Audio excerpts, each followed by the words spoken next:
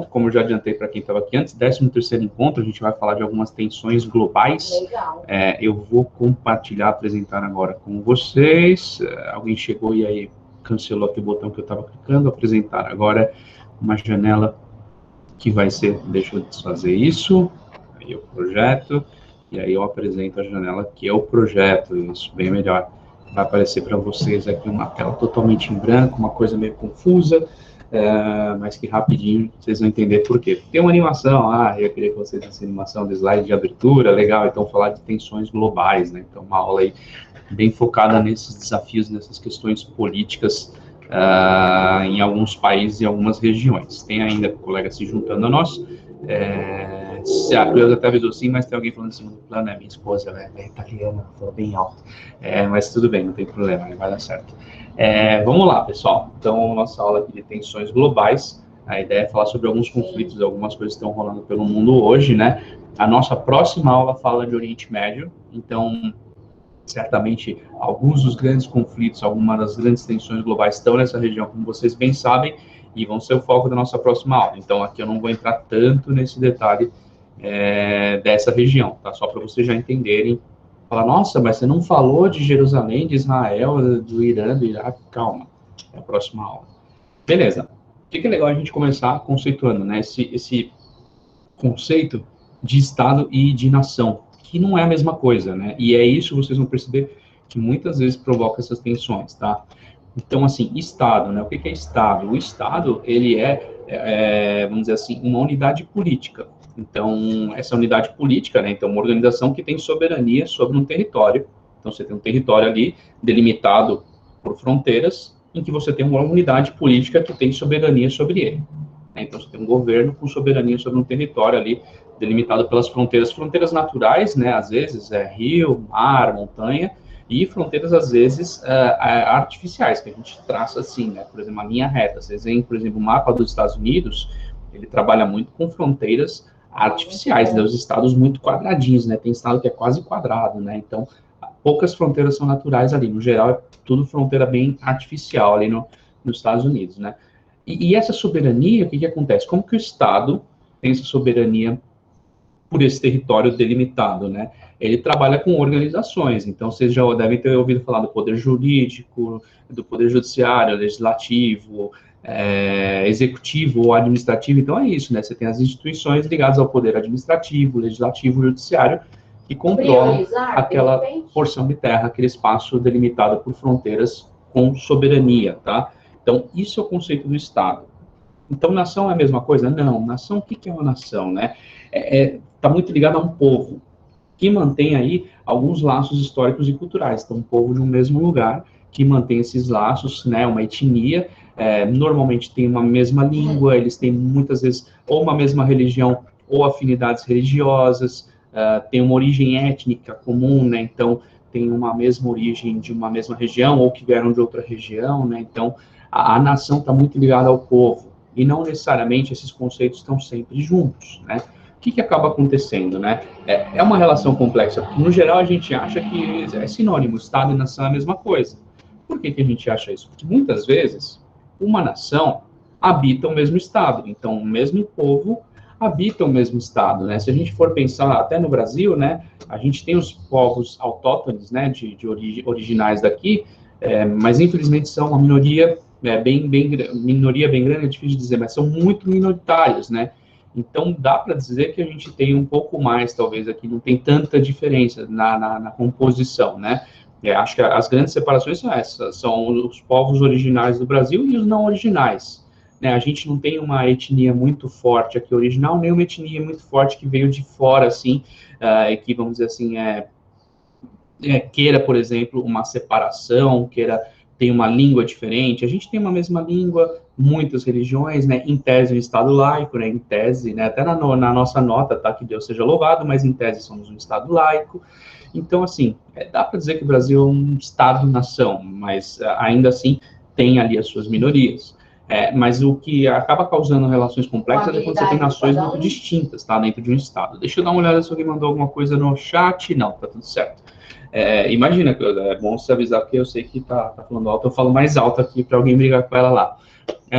Nem sempre é o que acontece, né? Essa coisa da nação tá dentro de um Estado, né? Tem muitos cenários que nações distintas estão divididas ali, estão divididas não, estão ocupando um mesmo espaço.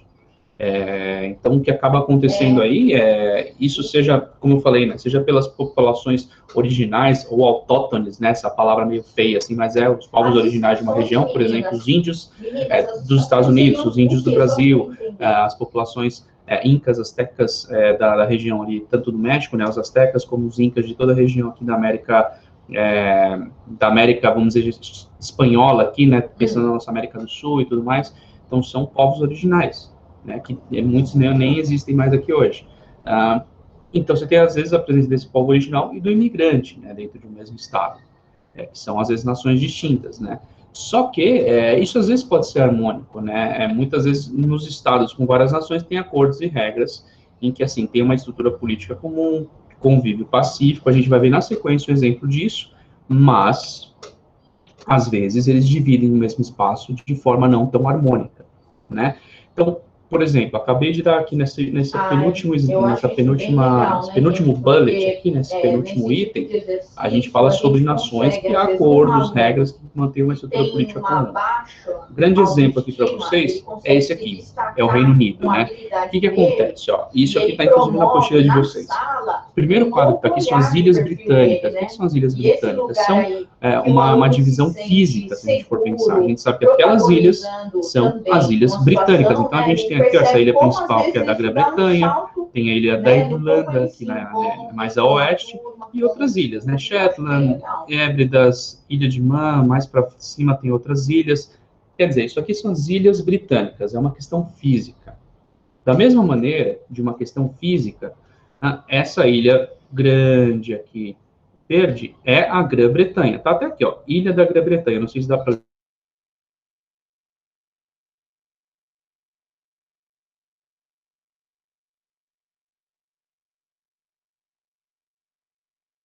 Hébrida, Shetland, tá tudo branco, só verde a ilha da... A gente fala de divisões mais físicas, ou seja, essa ilha é tal, essas ilhas são tal, e por aí vai.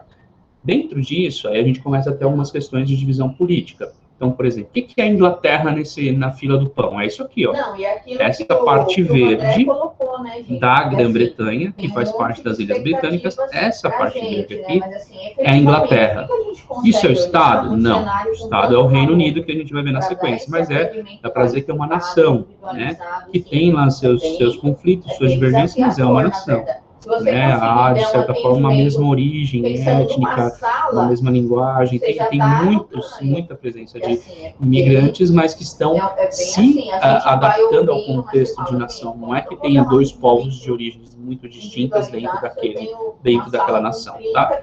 E aí a gente chega no contexto do Estado, né, que é o Reino Unido. O Reino Unido tem aqui a Inglaterra, que a gente acabou de ver, aqui ao oeste da Inglaterra tem o País de Gales, ao norte a Escócia, e aqui ao norte da ilha da Irlanda, né, dividido, tem a Irlanda do Norte. Então, tudo isso que é verde é o Reino Unido. Então, vocês veem que a Irlanda está branquinha, a Irlanda não faz parte do Reino Unido, a Irlanda faz parte das Ilhas Britânicas. Então, só para vocês verem como que é essa questão da divisão aí de Estado, de nação, como é que fica essa relação nesse contexto específico aqui do Reino Unido, tá? E até para vocês entenderem, né, quando a gente fala do Brexit, né, que foi essa saída do Reino Unido da União Europeia, quem saiu da União Europeia foi isso aqui, ó, Inglaterra, Escócia, País de Gales, Irlanda do Norte. Qual que foi uma das tretas? O que definiu a saída do Brexit? Tirando todo lado que o parlamento foi atrás, né, primeiro-ministro, executou, o que motivou foi um plebiscito proposto pelo Cameron, né, que era o David Cameron, que era o primeiro-ministro há alguns anos. Ele falou, olha, gente, tem muita gente aí falando que quer sair da União Europeia, tem muita gente aí que não quer mais saber desse contexto de ter a União Europeia controlando algumas ações políticas, econômicas, que não gosta dos imigrantes. Vamos fazer o seguinte, então, vamos fazer um plebiscito, vai. Se vocês quiserem sair, eu saio. Ele fez isso, de certa forma, se fala confiante de que não ia dar errado, e na verdade deu. Tanto que o plebiscito resultou que queriam sair do Reino Unido, lembrando que esse plebiscito não era voto obrigatório, então teve gente que não votou que depois se arrependeu, mas a questão pontual é a seguinte, nesse plebiscito em que o povo votou para sair da União Europeia, a Escócia, se você pegar só os votos da Escócia, a Escócia não queria sair. E a Escócia já tem, de certa forma, um movimento separatista. Ela quer, mas não quer separar do Reino Unido. Então, isso vai levando a algumas tensões, a alguns conflitos. Não tem um conflito armado, não tem uma tensão nesse nível ainda, né? Coisa já teve, vocês vão ver aqui. Mas não é sempre um mar de rosas. E um dos pontos do Brexit foi exatamente isso, que nem todos os estados, nem todas as nações do Estado do Reino Unido votaram da mesma forma, tá? Mas, olha, já temos aqui 12 minutos de aula, já falei bastante desse caso. Vamos avançar aqui para a gente passar o conteúdo inteiro. Então, como falei, nem sempre reina harmonia, às vezes tem brigas nesses territórios. Alguns exemplos, né? Então, na África, regiões como Sudão, República do Congo, você tem diferentes povos no mesmo território que querem a sua autonomia, que lutam por aquele território, ou pelo menos território, ou que querem se separar.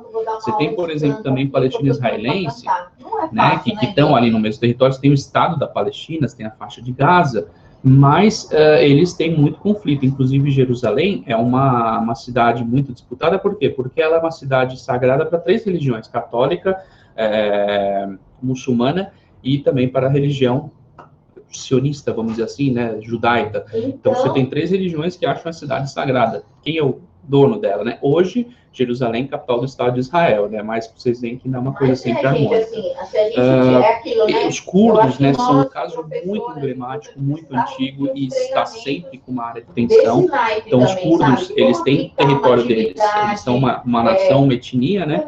Tem espaço ali na Turquia, na Síria, no Iraque, e esse espaço eles querem reivindicar a soberania, reivindicar a independência desse espaço, que seria o Kurdistão. Eles querem ter um Estado para a sua nação. E hoje eles não têm, são uma etnia que está espalhada entre esses países que eu nomeei por aqui. Então, muitos casos têm essa relação não muito harmônica, como está o Calvin aqui com a sua amiga, e acaba dando algum conflito. Tá? Vamos ver um exemplo, né? Por exemplo, a Irlanda do Norte, né? Vocês até viram ali no mapinha, que eu coloquei para vocês, ele vai se repetir aqui de forma um pouco mais ampla. A Irlanda é uma ilha, né, ali das Ilhas Britânicas, que desde o século XVI, né, o pessoal lá da Grã-Bretanha começou a exercer um poder nessa ilha. O que eles fizeram? Eles confiscaram terras e deram para protestantes da Grã-Bretanha, né? O que acontece? Na Grã-Bretanha, a população no geral protestante, especialmente ali depois do século XV e XVI, com reforma e tudo mais, desculpa, e aí eles entraram ali na Irlanda, confiscaram terras, ofereceram para protestantes se estabelecerem ali. Qual que é o problema? A Irlanda, eles são na sua maioria católicos, e não gostaram muito desse papo, né? Então, o que acontece a partir dali? Em 37, você teve uma divisão. A Irlanda do Norte, né, conhecida como Ulster, e a Irlanda Eire, né, se separaram. A Irlanda, né, que é a maior parte da ilha, ela rompeu com o Reino Unido, falou, não faço parte do Reino Unido, e vocês viram que não faz parte até hoje, enquanto a Irlanda do Norte, aquele pedacinho lá que é Ulster, ele continuou em 37 como parte do Reino Unido, né. Aqui dá para vocês verem nesse mapinha muito bem essa relação. Então, a Irlanda, que é essa maior parte aqui que está cinza, né, ela não faz parte do Reino Unido. Quem faz parte aqui é a Irlanda do Norte, lembrando que o Reino Unido está nessa região aqui, que não está aparecendo no mapa, mas o Reino Unido está aqui a leste, né, da Irlanda. Então, o que é importante a gente olhar aqui e qual que é a grande questão do conflito da Irlanda do Norte? Em Ulster, né, ou Irlanda do Norte, tinham muitos irlandeses católicos. E aí eu falei para vocês agora há pouco, a Grã-Bretanha, como que ela fez? Ela colocou muitos protestantes ali, ela confiscou terra e pôs protestante para ocupar. Católicos não gostaram, teve essa separação, mas mesmo assim, na Irlanda do Norte, parte do Reino Unido, tinha muita gente católica, era uma proporção 40-60, então 40% católicos, 60% protestante. E eles queriam, na prática, esse pessoal em Ulster, se separar também do Reino Unido, unificar as Irlandas, ter uma grande ilha e uma grande Irlanda, tá? Isso que eles queriam. Isso que formou, inclusive, o IRA, né? O IRA, o Irish Republican Army, quer dizer, Exército Republicano Irlandês, que foi criado nos anos 60 na Irlanda do Norte. Qual que era o objetivo desses caras, né? Obviamente ligados à população católica, que queria se separar dos protestantes, que queria se separar do Reino Unido, eles queriam unificar as Irlandas.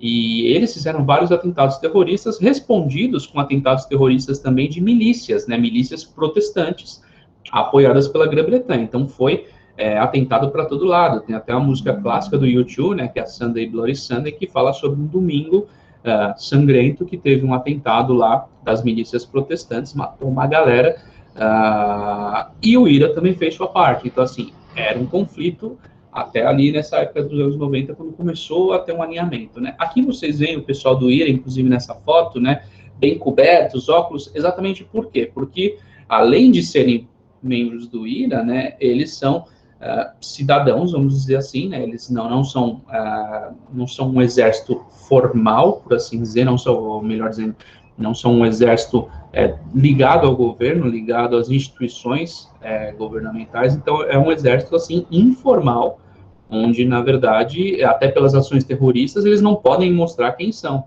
porque eles podem ser o cara que está dono da quitanda, ou pode ser o cara que vai no mesmo mercado que você, e você não sabe que ele é um terrorista do IRA, entendeu? Então, ele sempre com o rosto coberto por ser um grupo com esse viés, né? Tem aqui uma pergunta que eu vi no chat, né, da Ana Beatriz, você acredita que essas questões podem criar maiores insatisfações e acabar acontecendo um conflito armado dentro do Reino Unido? Eu acho um pouco difícil, viu, Ana, porque inclusive a gente está vendo essa questão do IRA, né, lá para os anos 90, foi se acertando, as ações separatistas foram sendo contingenciadas por meio de outras ações, entendeu? E aí o que acabou acontecendo é aquilo, olha, a gente não vai se separar, mas eu vou ceder. Então, houve aquela... quando a gente fala de conflito, tem um outro lado do conflito que é a negociação. E a negociação, normalmente, tem assim, as soluções ganha-ganha, que é ideal, todo mundo sai feliz, e tem a solução perde-ganha, que alguém abre uma concessão, mas ganha alguma coisa. E normalmente é o que tem acontecido, tá? Então, eu acho que não dá para... Acho um pouco improvável ter algum conflito armado nessa região, tá? O que era para ter, meio que está acontecendo aqui, que eu estou narrando para vocês, acho que muito provavelmente foi o último, e vocês vão ver como ele foi, por assim dizer, resolvido, tá? Até uma coisa importante, né, muito das ações terroristas, tanto dos ataques do IRA como das milícias, foi em Belfast, né, que é a capital do país, tanto que tem aqui nessa imagem, né, ó, é o 3º Batalhão da Norte de Belfast, preparado para a paz, pronto para a guerra. Essa imagem tem em muitas casas, esse grafite aqui em muitas casas, até hoje na Irlanda do Norte, né, que era realmente marcando onde estavam ali as facções do IRA, né, então, muito apoiado popularmente, afinal de contas, 40% da população católica queria se separar, tá? Mas ali nos anos 90, né, em 98 teve um acordo de paz para diminuir essa tensão. O que estabeleceu-se ali, né? Ulster, Irlanda do Norte, continuaria como Reino Unido, mas o parlamento deles, ou seja, os ministros eleitos, seriam com uma proporcionalidade, porque antes o que acontecia? Como era parte do Reino Unido, vinha meio que uma determinação e falava, o seu parlamento vai ser protestante. Então agora não, agora vai ser uma proporcionalidade. Temos 42% de população católica, temos direito a 42% do parlamento. Entre esses 42% de católicos, a gente vai votar em quem for ali, né, mas 42% é nosso. Meio que uma bancada, entendeu? Ficou estabelecido. Mas continuava parte do Reino Unido. E aí esse acordo, por um lado, previa, olha, Ira, você tem que se desarmar e a gente vai libertar presos políticos. Assinou o acordo, foi quase que imediato. 150 presos ali políticos, muitos do IRA, foram libertados. Em 2005, o IRA destruiu todas as armas deles, né? Foi confirmado isso, e 35 anos de conflito acabaram por meio dessa negociação, né? Então, Ana, olhando para esse cenário, né, e pela forma como foi resolvido, o que acontece é muito isso. Quando há uma questão mais separatista ali no Reino Unido, existe, por um outro lado, uma concessão, existe, por um outro lado, uma abertura, uma flexibilização, tá? Porque para quem se separa, há o lado bom e o lado ruim, tá? Até aqui, quando a gente olha para o Brasil, né, a gente ouve falar de alguns movimentos separatistas do Sul, mesmo de São Paulo.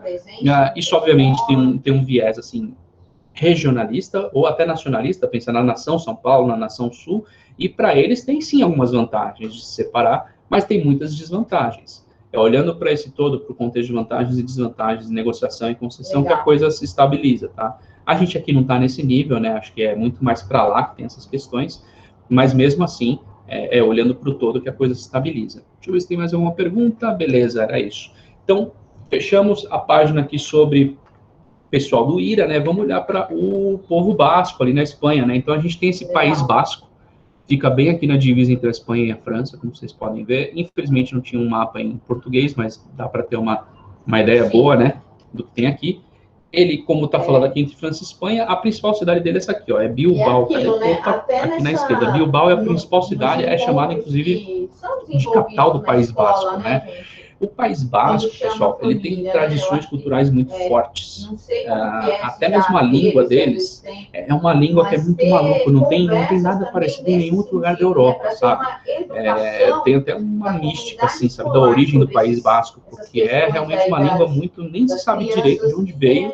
O povo em si tem, novamente, traços culturais muito fortes, uma origem muito antiga, mas é até meio... Tá, mas de onde veio esse pessoal? Ele fala um pouco disso, né? É muito diferente, é meio que não vou dizer um corpo estranho que é meio grosseiro, mas é bem diferente de tudo ali da França, da Espanha, no contexto que está o País Basco, tá?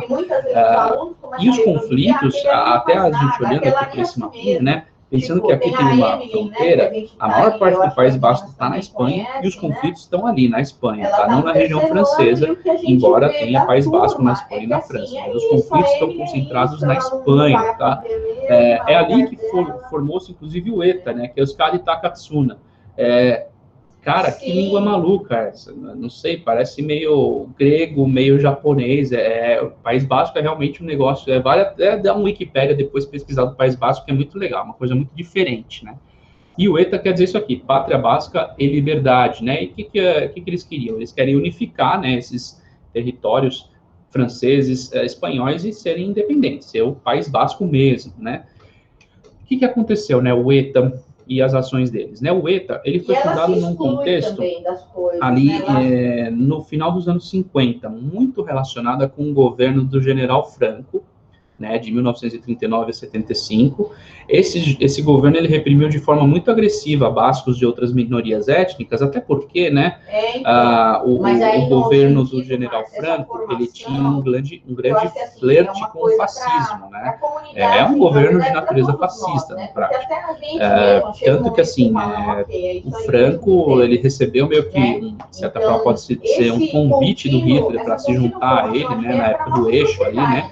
Tinha Itália, o Japão, e a Alemanha, né, nesse eixo nazista, houve um flerte ali do Hitler com o Franco disse não, tem isso até muito bem registrado, o Hitler ficou louco da vida e tudo mais, porque tinha muito alinhamento ali no pensamento, né, político e até social, né, muito alinhamento, porque eram de origens ali nazifascistas, né, essa visão deles.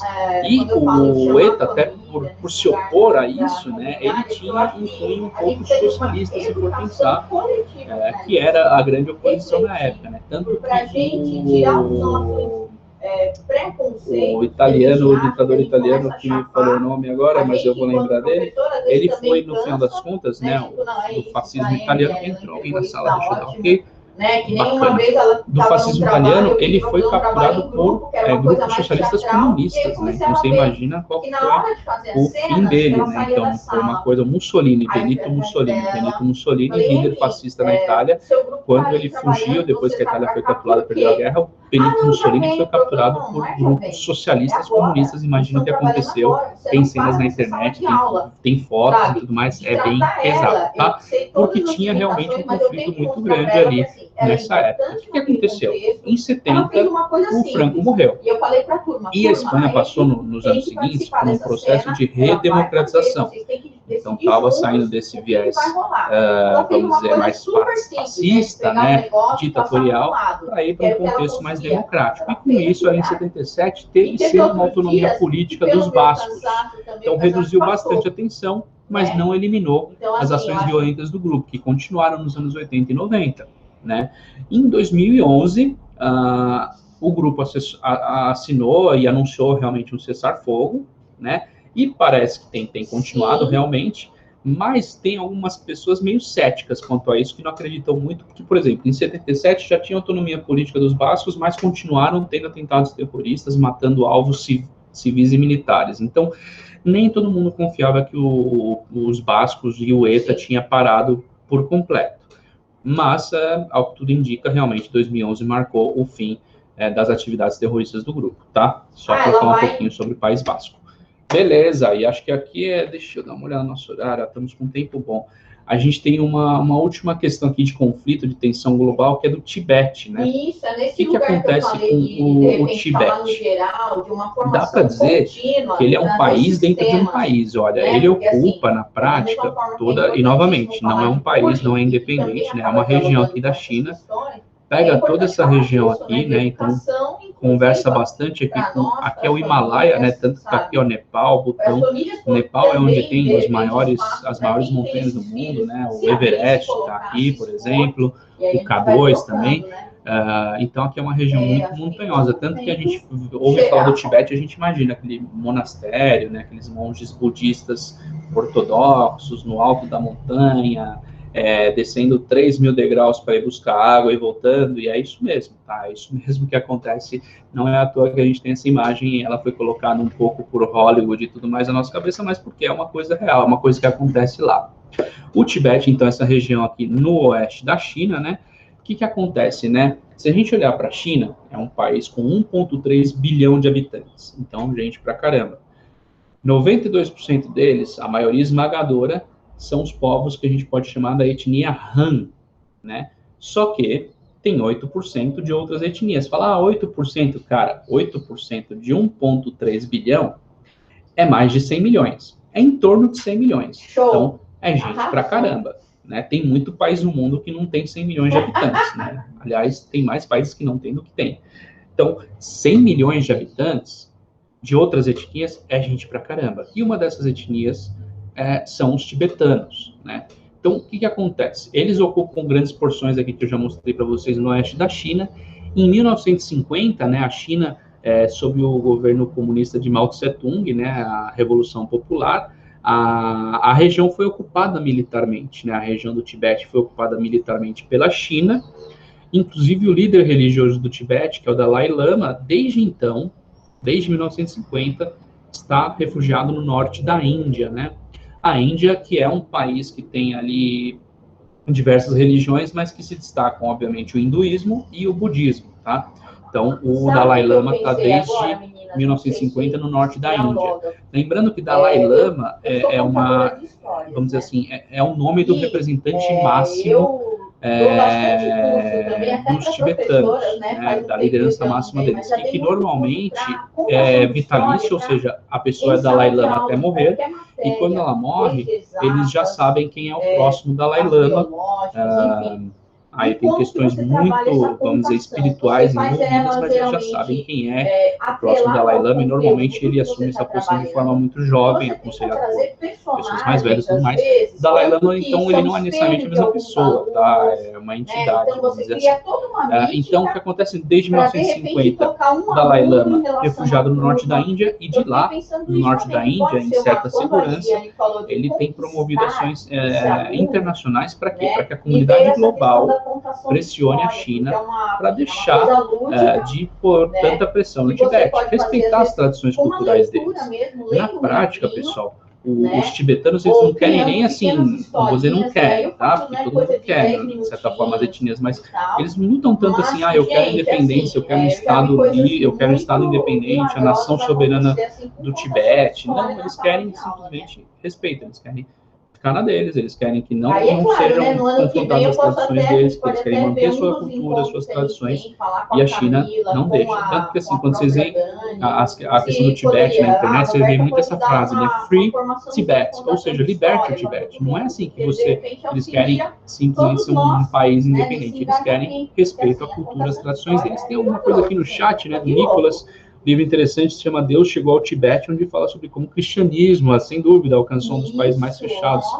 A religião vale a dica, sem dúvida, né? Boa, Nicolas, o Tibete, que é um país essencialmente budista e budista ortodoxo, né? Porque a gente tem um budismo mais ortodoxo, mais raiz, se a gente for chamar assim, e tem um budismo mais moderno, né? Principalmente no Japão, que é o budismo que normalmente transborda para outros países, né? Mas também o ortodoxo aqui, né? Se a gente for pensar, por exemplo, a monja Koen, né? Que é um expoente budista, ela é de um budismo mais ortodoxo, mais raiz, né? Até ela se assemelha um pouco com o Dalai Lama, se a gente olhar nessa foto, pelos trajes, pelo corte e tudo mais. mas você tem um budismo mais, vamos dizer, não sei se a palavra mais certa é moderno, tá? Mas diferente, menos ortodoxo, menos tradicional, tá? Então, o que acontece, né, pessoal? Desde 50, você tem um choque nessa cultura local. Então, desde essa ocupação militar da China, tem uma pressão muito forte nas tradições culturais dessa população local do Tibete. Então, ali, eles tinham ali, para vocês terem uma ideia, mais de 1.600 monastérios.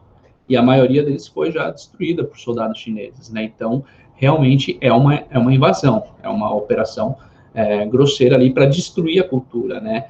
Então, assim, a unidade cultural, a prática budista são intimidadas por essas ações, porque a China deixa claro, cara, aqui é a etnia Han, se você vier com outra coisa, não vai rolar. Então, tem esse choque muito grande. E mais recentemente, isso com o apoio do governo, né?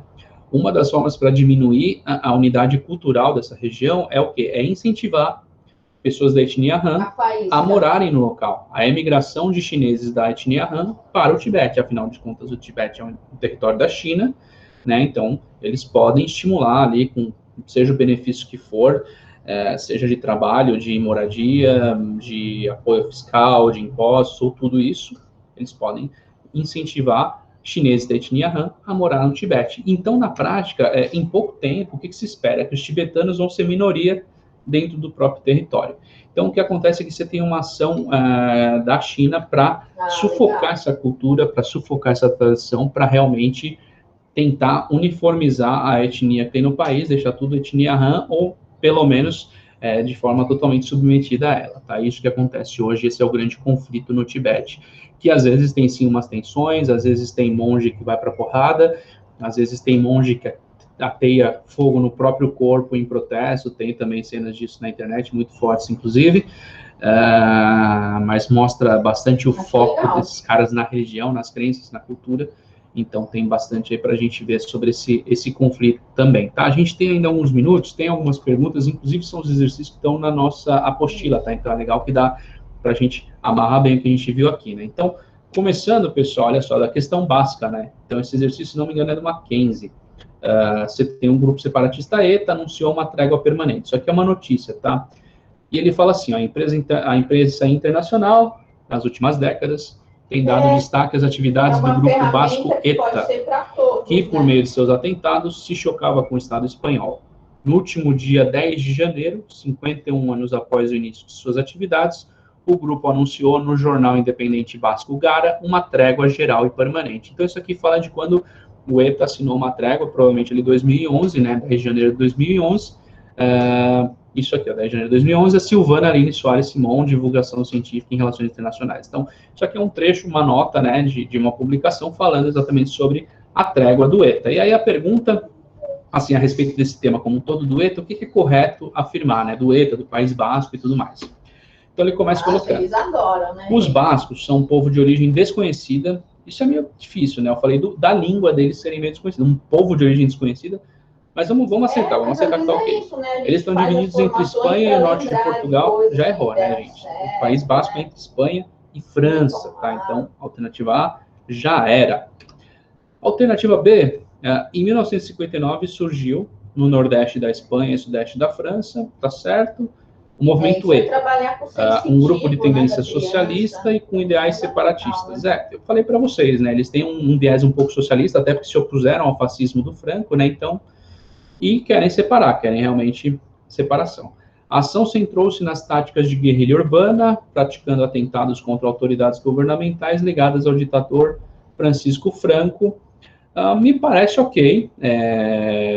O que acontece é o seguinte, né? Como eu falei, o Franco morreu em 70, em 77 foi dada uma autonomia para o País Basco, mas continuaram com alguns atentados, mas de forma muito mais pontual. Então, me parece ok essa resposta, né? Apesar de não considerar o que aconteceu depois da ditadura do Franco, me parece ok. Vamos ver as demais, se tiver alguma mais ok, a gente vai nela. O ETA usa de práticas terroristas na França, não, né, tá errado, principalmente na Espanha. Desde o final do século XIX tá errado também. O ETA foi formado em 59, né, em função realmente do conflito com o Franco. Então a C tá bem errada. O povo basco teria chegado à Península Ibérica há mais de 4.000 anos, não sei dizer ao certo, né, como fala-se a origem deles, apesar de não ser totalmente desconhecida, ela é bem regional, né. Teve cultura e língua dizimadas ao longo do tempo, nada a ver, né? A língua deles está super preservada e a cultura mais ainda, né? Então, está super errada a alternativa D. E na década de 90, a ação terrorista basca matou militares, políticos, juízes, outras autoridades, trazendo para a população a sensação de possíveis conquistas por sua liberdade. O ETA recebe apoio irrestrito da população. Não, gente, assim, as principais ações terroristas foram antes de 80, né? Foram ali entre os anos 60 e 70. Teve coisa em 80 e 90 também, mas bem mais pontual, e não tinha apoio restrito da população, pelo contrário, né? A maior parte da Espanha não era favorável, mesmo pessoas do País Basco não eram favoráveis, então tá errada realmente. A alternativa certa, a alternativa B, que fala sobre a origem do País Basco e tudo mais, tá? Temos aqui 4 minutos, acho que vai dar tempo ainda para a gente cobrir os próximos. Que legal, vamos conseguir fazer os exercícios dentro dos nossos 40 minutos, olha que incrível. Eu não sei se isso já aconteceu alguma vez, essa é a primeira. Legal, olha só. República da Irlanda, né, e a Irlanda do Norte estão localizadas na ilha da Irlanda, situada a oeste da ilha da Grã-Bretanha. A Irlanda do Norte é citada com frequência na mídia internacional devido à violência que envolve paramilitares unionistas e grupos armados católicos, né? Então, o que está dizendo para a gente? Que a Irlanda do Norte saía bastante nas notícias, porque tem os paramilitares unionistas, ou seja, aqueles protestantes ligados à Grã-Bretanha que querem que fique no Reino Unido, unionista, e grupos armados católicos que querem se separar. Associe os territórios citados na coluna 1 com as 5 características da coluna 2, né? Então, a gente tem coluna 1, Irlanda, Irlanda do Norte, 1 é Irlanda, 2 é Irlanda do Norte. E a coluna 2 tem alguns pontos aqui sobre elas. Tá bom, vamos voltar. Beleza, lembrando, pessoal, Irlanda é aquela ilha a oeste da Grã-Bretanha, que tem a Irlanda e a Irlanda do Norte. A Irlanda, como um todo, ela é de natureza católica. E aí os britânicos vieram com os protestantes. Então teve essa separação. Ficou a Irlanda do Norte, maioria protestante, mais 40% católico. E a Irlanda, não existe Irlanda do Sul, né? A Irlanda com a maioria essencialmente católica ali dentro, né? E aí o que acontece é que a Irlanda católica é conhecida por Eire, enquanto a Irlanda do Norte é conhecida por Ulster. A Irlanda católica é separada do Reino Unido, e a Irlanda do Norte, que é a maioria protestante, mais 40% católico, tinha esse movimento separatista do IRA, rebatido por, como fala aqui, paramilitares unionistas protestantes ligados à Grã-Bretanha, tá? Então, esse é o cenário. Então, vamos olhar aqui a coluna, as alternativas, beleza.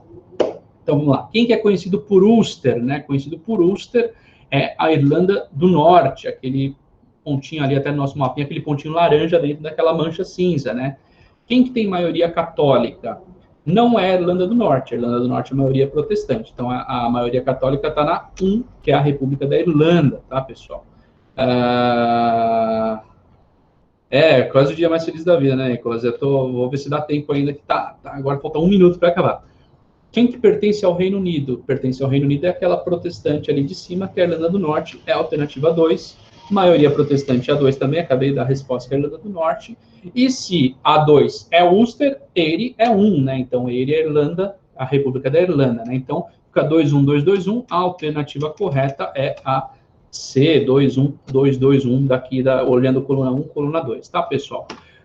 Eu não sei se a gente vai passar 1 minuto, só porque eu falei, de repente não vai dar tempo, mas eu vou, como sempre faço, vou até o final, deu tempo da próxima aula, fique à vontade para ir para lá, tá?